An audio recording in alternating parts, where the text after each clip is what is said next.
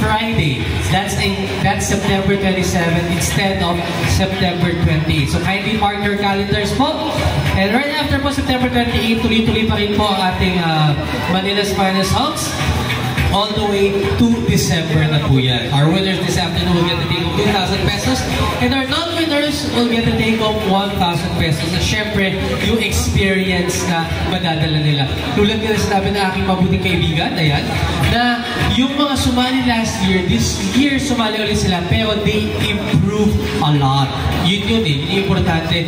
Huge, kumbaga, natuto kayo sa inyong pagkatalo. At syempre, hindi kayo basta nadapala, pero kayo'y bumangon muli. Okay, so this time around, I'm sure some of the hunks already know this chant that I do. Interviewing ko lang kayo, this will not be part of our judging already. Katuloy, kumbaga, mas ma-relax kayo. And later on, pag kayo ay na-announce as winners, you're going to be on the grand finals. Eh, mas komportable na kayo to connect with your audience members. And malay nyo, maging future host din kayo sa balang araw. Alright, let's start off with hop number 1. Brother, simple lang tanong ko sa iyo. Kindly tell us your name and syempre kung sino ang iyong handler, papasalamatan mo na. At ano yung naging preparation mo para sa ating Manila's Finest Map? Yun lang naman. By the way, ako nga pala si Marlon from Balaya Street, Tondo, Manila.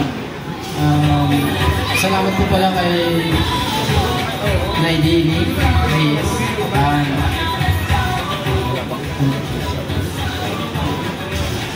ang ginawa ko lang pong preparation ngayon to the workout lang po. Ngayon lang po. Tapos, upper diet.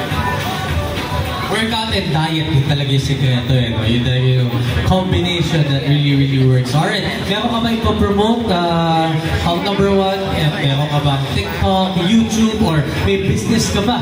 Para naman pitahan mo yung ating mga manonood at masuportahan ka. Meron? Follow niyo po ako sa TikTok ko, Marlon.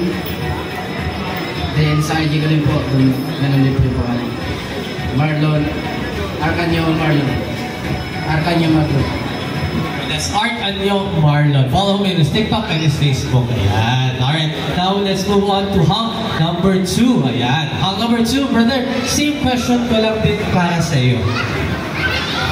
Yung handler ko pala, si Nairika. Taga Cavite siya. So ngayon yung kasama niya, parang ginaanak niya. Kasi busy din sa pageant eh. So ako pala si Alex Celestian from Tondo din Manila. Sige. Ngayon po hindi po ako masyado nagda-diet. Medyo bulk lang po. Nag-gym din. Sige po. Wala ako eh. Work lang.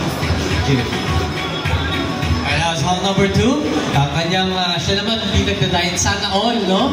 Buhat lang na buhat. Walang diet. Grabe. Bulking season siya ngayon. Alright, now let's move on to hall number 3. Yan. Alright, brother, same question ko lang din para sa iyo. Good evening everyone. My name is Len Dumigobon from Caloocan, 21. Pinapasalamatan ko ang pala yung nagdala sa akin ito si Naidini. Then, same lang din naman yung ganun din yung ginagawa. Normal to, diet din, simple. Workout, diet, yeah, yun talaga yung mahilig pa kayo mag-cardio, tumatakbo pa kayo, ginagawa nyo rin ba yun? O talaga mas gym lang talaga? Gym lang tapos bahay. Gym bahay. Konting trabaho din. Siyempre, di ba kailangan trabaho yan? Alright, brother, meron ka bang job? May sarili ka bang business na ginagawa ngayon? Gusto mo i-promote, imbitahan mo kami, nagtitinda ka ba? Or meron ka bang online, anything? The first hunk to move on to the grand finals is hunk number 2!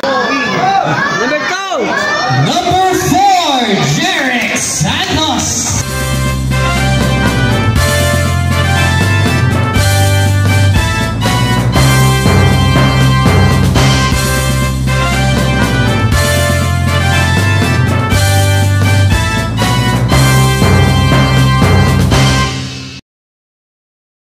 Joining Jerick sa grand finals is hunk number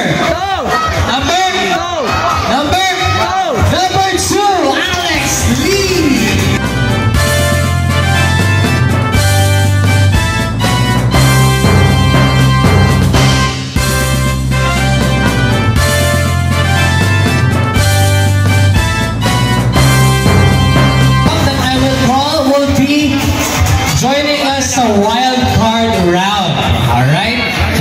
means you get to prove yourself once again kung karapat-dapat ka mag-move on to the Grand Finals. At ang ating wild card ay walang iba kundi si home number 3, John Louis Baboy!